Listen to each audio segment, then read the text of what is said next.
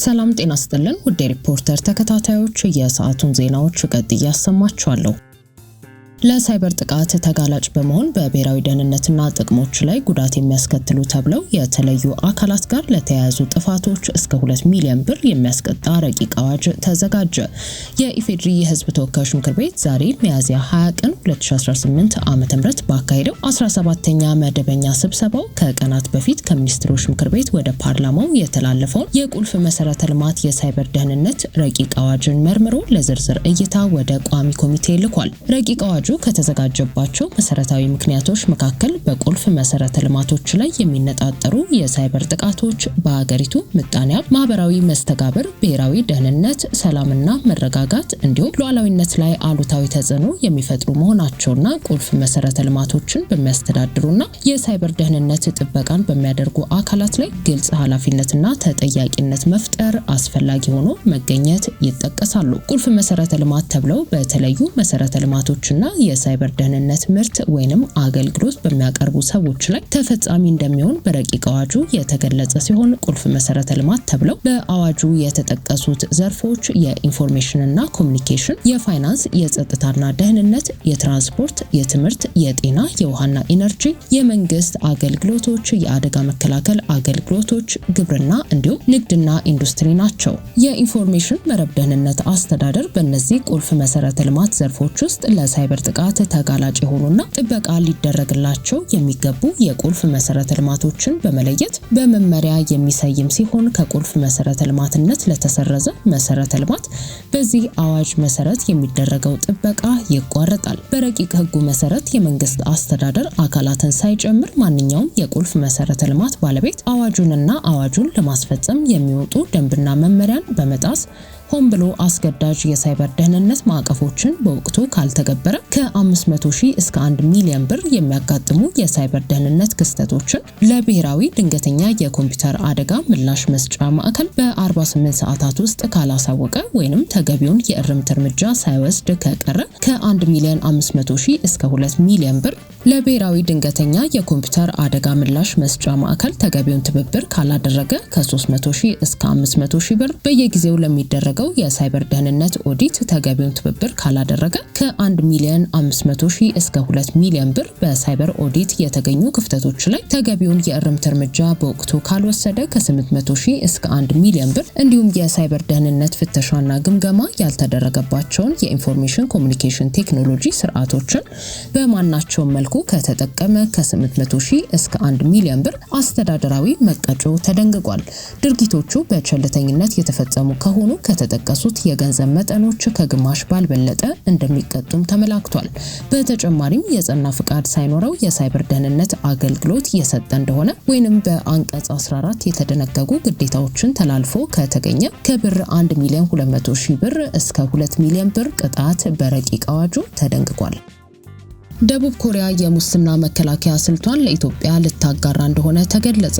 የደቡብ ኮሪያ መንግስት ውጤታማነቱ የተረጋገጠ ነው ያለውን የሙስና መከላከያና የመልካም አስተዳደር ሞዴል ለኢትዮጵያ ለማጋራት የሚያስችለውን ስልጠና መስጠት መጀመሩን የሀገሪቱ መገናኛ ብዙሃን ዘግበዋል። የኮሪያ የጸረ ሙስናና የሲቪል መብቶች ኮሚሽን በዛሬው ዕለት እንዳስታወቀው ከኢትዮጵያ የፌዴራል ስነ ምግባርና የጸረ ሙስና ኮሚሽን ለተውጣጡ 9 ከፍተኛ የስራ ኃላፊዎች ለ5 ቀናት የሚቆይ የጸረ ሙስና እንቅስቃሴ ስልጠና መስጠት ጀምሯል። ስልጠናው በሰኔ ወር 2016 ዓ.ም በሁለቱ ሀገራት መካከል የጸረ ሙስና ፖሊሲዎችን ለማጠናከር የተፈረመውን የመግባቢያ ሰነድ ተከትሎ ተግባራዊ መደረግ መጀመሩን ያመለከተው ዘገባው የኢትዮጵያ ባለስልጣናት የኮሪያን ህጋዊና ተቋማዊ አሰራሮች ለመቅሰም ባቀረቡት ጥያቄ መሰረት ስልጠናው መዘጋጀቱን ኮሚሽኑ ገልጿል። የስልጠናው ይዘት በዋነኝነት በኮሪያ ቁልፍ ህጎች ማለትም ተገቢ ያልሆነ ጥቅምና ጉቦን መከልከል እንዲሁም የመንግስት ሰራተኞችን የጥቅም ግጭት መከላከል በሚሉ ነጥቦች ላይ ያተኩራል። በተጨማሪም ኮሪያ ለቀጣዩ ትውልድ የቀረጸችውን የጸረ ሙስና ትምህርት ስርዓት ለኢትዮጵያ ልምድ የምታካፍልበት እንደሚሆንም ተዘግቧል። ደቡብ ኮሪያ በዓለም አቀፍ የሙስና መረጃ መሰረት በ2016 ከነበረችበት 52ኛ ደረጃ በ2025 ወደ 31ኛ ደረጃ ከፍ በማለት ለውጥ አሳይታለች። ኮሪያ እስካሁን ድረስ በልማት ድጋፍ ፕሮግራሟ አማካኝነት ከ74 ሀገራት የተውጣጡ 746 የመንግስት ሰራተኞችን በዚሁ የጸረ ሙስና ፖሊሲ አፈጻጸም ማሰልጠኗም ተጠቁሟል። ኢትዮጵያና ደቡብ ኮሪያ ከአንድ ዓመት በፊት ለተለያዩ ፕሮጀክቶች ግንባታ የሚውል የ$1 ቢሊዮን የልማት ትብብር ስምምነት መፈራረማቸው ይታወሳል። በአዲሱ የኢንሹራንስ ረቂቅ አዋጅ የውጭ ባለሀብቶች በዘርፉ እንዲሳተፉ ይፈቀዳል። የውጭ ድርጅት ቅርንጫፍና የመንግስት ካልሆነ በስተቀር የኢንሹራንስ ኩባንያ በአክሲዮን ማህበር መደራጀት ግዴታ ነውም ተብሏል። የኢትዮጵያ ብሔራዊ ባንክ በሪፎርም ስራው ለዓመታት ለዓለም አቀፍ ባለሀብቶች የማይፈቀዱ የነበሩ ዘርፎችን ክፍት እያደረገ ሲሆን የባንክ ዘርፉ ለውጭ ባለሀብቶች ክፍት ከተደረገ ከ3 ዓመታት ገደማ በኋላ አሁን ደግሞ የኢንሹራንስ ዘርፉን ለውጭ ዜጎች ክፍት የሚያደርግ ረቂቅ አዋጅ ተዘጋጅቶ ወደ መጽደቁ እየተቃረበ ነው። ብሔራዊ ባንክ አዋጁን ለህዝብ አስተያየት ክፍት ያደረገው ሲሆን ረቂቅ አዋጁ የኢትዮጵያ ፌዴራላዊ ዲሞክራሲያዊ ሪፐብሊክ መንግስት የኢንሹራንስ ዘርፉን በከፍተኛ ሁኔታ የሚቀይር ሲሆን ይህ አዋጅ የኢንሹራንስ ገበያውን ለማዘመን የደንበኞችን መብት ለማስከበርና ዘርፉን ለውጭ ኢንቨስትመንት ክፍት ለማድረግ ያለመ ነው። ከረቂቅ አዋጁ ዋና ዋና ነጥቦች መካከል ተጠሪነቱ ለገንዘብ ሚኒስቴር የሚሆን የኢትዮጵያ ኢንሹራንስ ቁጥጥር ባለስልጣን የተባለ ተቋምን ማደራጀት ሲሆን ዘርፉን በገለልተኝነት እና በዓለም አቀፍ ደረጃ ለመምራት የኢትዮጵያ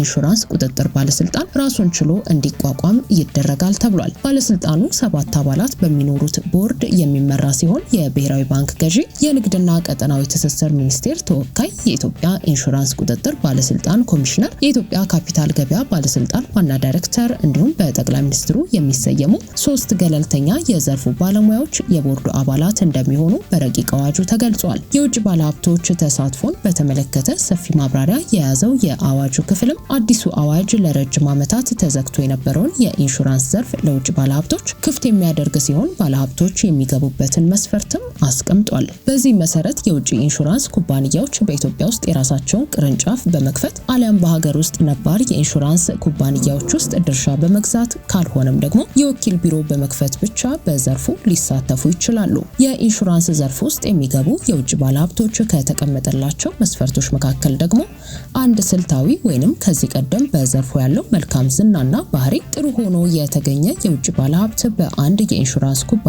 ውስጥ ቢበዛ እስከ 40% ድርሻ ሊኖረው እንደሚችል የተደነገገበት ረቂቅ ሌሎች ግለሰቦች እንደየቅድመ ሁኔታዎቹ እስከ 7% እንዲሁም የውጭ ድርጅቶች ደግሞ እስከ 10% ድርሻ መግዛት ይችላሉ።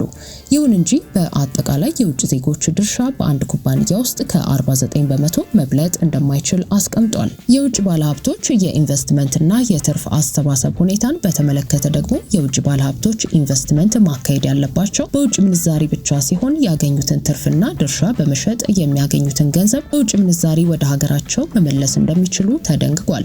በተጨማሪም ያገኙትን ትርፍ በኢትዮጵያ ብር መልሰው በዘርፉ ላይ ኢንቨስት የማድረግ መብት ተሰጥቷቸዋል። የኩባንያዎች አደረጃጀት ላይ ደግሞ ረቂቅ አዋጁ ከውጭ ኢንሹራንስ ኩባንያዎች ቅርንጫፎችና ከመንግስት የኢንሹራንስ ድርጅቶች ውጪ ማንኛውም በዘርፉ የሚሰማራ አካል በአክሲዮን ማህበር መደራጀት እንዳለበት አዋጁ ያስገድዳል። በረቂቅ አዋጁ የኢትዮጵያን የፋይናንስ ስርዓት መረጋጋት ለማጠናከር ውድድርን ለማስፈንና ዘርፉ ለኢኮኖሚ እድገት ያለው ሚና ከፍ ለማድረግ ትልቅ እርምጃ እንደሆነ ተገልጿል። የሚቋቋመው ባለስልጣን መስሪያ ቤት አቅማቸው የተዳከሙ ኩባንያዎችን በአግባቡ የማፍረስ ወይንም የማስተካከል ሰፊ ስልጣንም ይኖረዋል።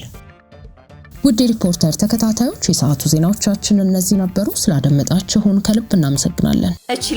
እችላለሁ በሚል መሪ ቃል የአደይና ዛሃራ የቁጠባ ሂሳቦችን በመክፈት ከ500 ብር ጀምሮ ስትቆጥቢ የተለያዩ የባንካችን የዲጂታል አማራጮችን በመጠቀም ግብይት ስትፈጽሚ የ25 BYD ሲገል መኪና ሽልማት እጩ የሚያደርጉሽ የዕጣ ቁጥሮች ይደርሱሻል።